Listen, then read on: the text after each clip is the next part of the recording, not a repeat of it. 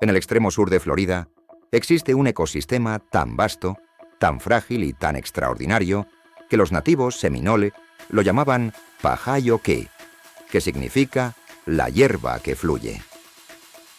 Un lugar donde el agua dulce avanza lentamente, a solo centímetros por hora, sobre una alfombra interminable de marismas y pastizales, convirtiendo a todo el paisaje en un río ancho como un horizonte, extendiéndose por más de 1.500.000 acres. Ese lugar son los Everglades, uno de los ecosistemas subtropicales más singulares del planeta, un patrimonio mundial de la UNESCO desde 1979, hogar de especies endémicas que no existen en ningún otro sitio, como el caracolillo de los Everglades o el manatí antillano, y refugio de millones de aves migratorias, reptiles como el cocodrilo americano, peces y mamíferos amenazados, incluyendo la pantera de Florida, de la que quedan menos de 250 individuos en estado salvaje. Bienvenidos a Infraestructura Extrema. Este es también un territorio que, durante más de un siglo, fue drenado, transformado y fragmentado hasta colocarlo al borde del colapso ecológico, con pérdidas irreversibles de biodiversidad y funciones hidrológicas. Hoy, ese rincón único del mundo está siendo escenario del mayor proyecto de restauración ambiental de la historia de la humanidad, el Plan Integral de Restauración de los Everglades, más conocido como CERP, Comprehensive Everglades Restoration Plan.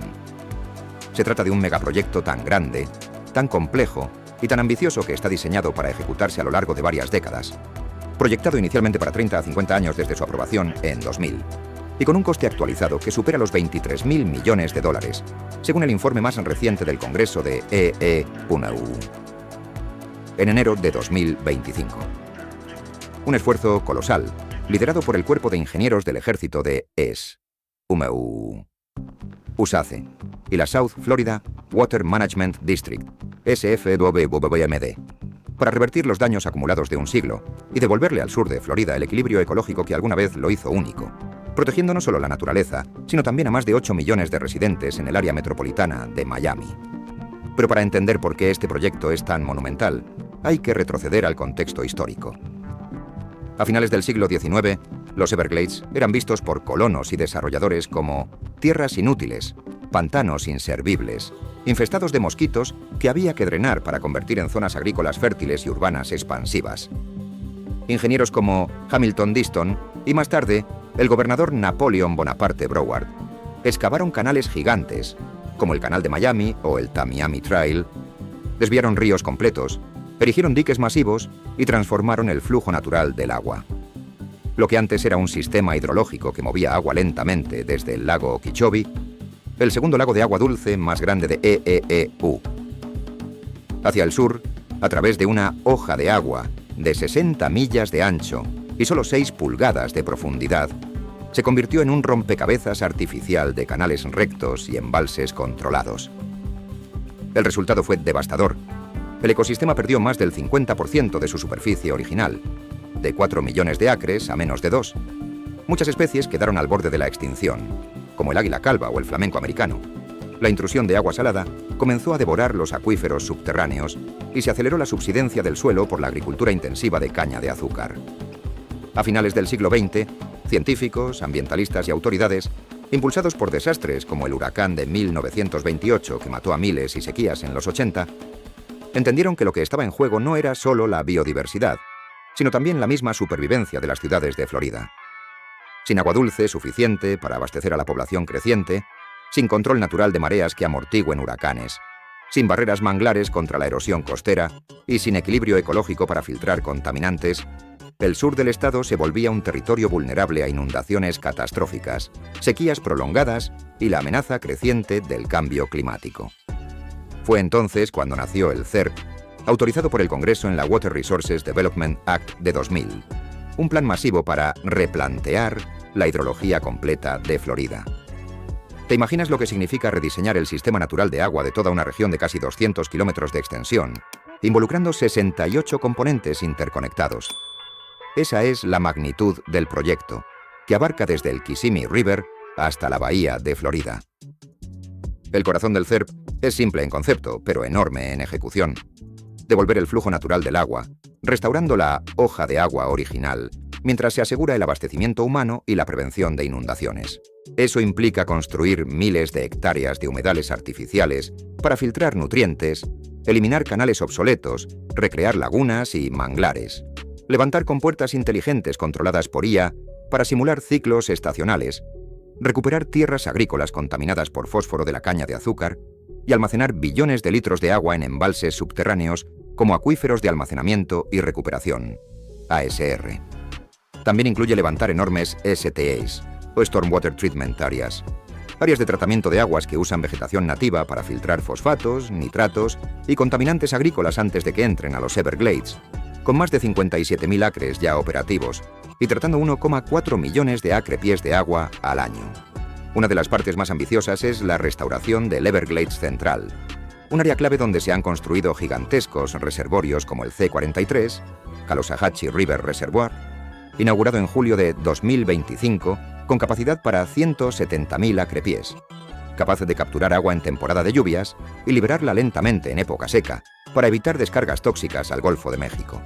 Otro componente es el proyecto Picayune Strand Restoration, donde antiguos suburbios fantasma de los años 60, calles pavimentadas, lotes vacíos y drenajes nunca completados en Collier County, se están literalmente borrando del mapa para reconvertirse en humedales, con más de 55.000 acres ya inundados y recuperando especies como el oso negro de Florida. También está en marcha la restauración del Caloosahatchee y el Kissimmee River, donde vastos tramos del río, enderezado en los 60 para control de inundaciones, ya están recuperando su curso serpenteante original después de décadas, con 22 millas restauradas y mejorando la hábitat para peces y aves. Pero quizá lo más impresionante del CERP es el gigantesco sistema de puentes elevados que se están construyendo sobre la Highway 41, Tamiami Trail. Esta carretera, levantada en los años 20 como una presa de tierra compactada, actúa desde entonces como un muro impermeable que bloquea el flujo natural del agua hacia el sur, causando sequía en el Parque Nacional Everglades.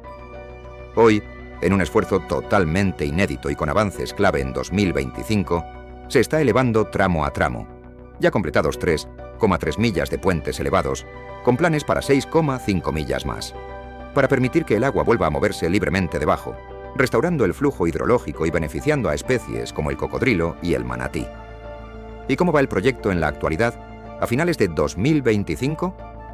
Aunque el CERP aún tardará décadas en completarse, con solo el 30% de los 68 componentes finalizados, según el informe CRS de enero de 2025, ya se están viendo resultados históricos.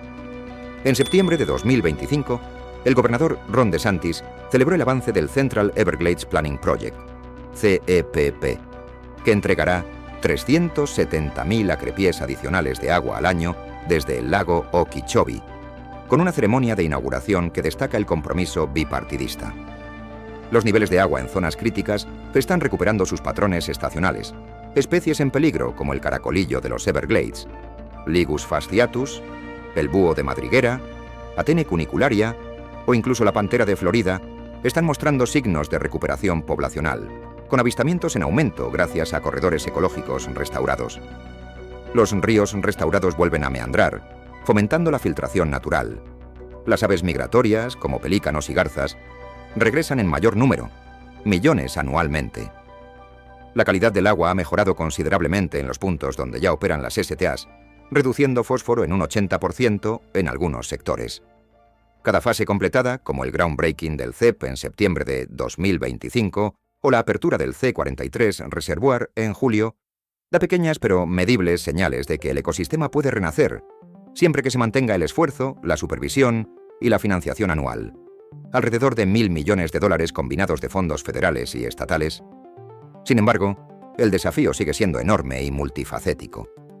El aumento del nivel del mar, proyectado en 1 a 2 pies para 2060, la presión urbanística del boom poblacional en Miami-Dade, más de 2,7 millones de habitantes, y el crecimiento rápido del sur de Florida amenazan con contrarrestar los avances, exacerbando la intrusión salina y la erosión. Además, nuevos estudios de diciembre de 2025, como los del Southeast Climate Adaptation Science Center, destacan la necesidad de herramientas coproducidas con comunidades indígenas y científicos para adaptar el CERP al cambio climático acelerado. El CERP, en realidad, no es solo un proyecto de ingeniería hidráulica, sino una carrera contrarreloj contra el calentamiento global, el desarrollo urbano descontrolado y la degradación ambiental persistente. Por eso este megaproyecto es tan fascinante. No busca construir una gran presa, un túnel o un puente icónico. Busca reconstruir un ecosistema entero, pieza por pieza, como si un ingeniero intentara recomponer un reloj antiguo donde cada engranaje depende del otro, integrando ciencia ecológica, modelado hidrológico avanzado y participación comunitaria. ¿Crees que el ser humano realmente puede devolver un ecosistema a su estado natural después de haberlo alterado durante más de un siglo? ¿O proyectos como este son la última esperanza de proteger los pocos entornos salvajes que quedan en nuestro planeta, demostrando que la restauración activa es posible con compromiso sostenido? El Plan Integral de Restauración de los Everglades no es solo ingeniería, es un acto de humildad científica, una apuesta por corregir errores pasados, como el drenaje masivo que costó miles de millones en daños indirectos, y un recordatorio de lo frágil que puede ser un ecosistema que, durante siglos, parecía eterno e inalterable.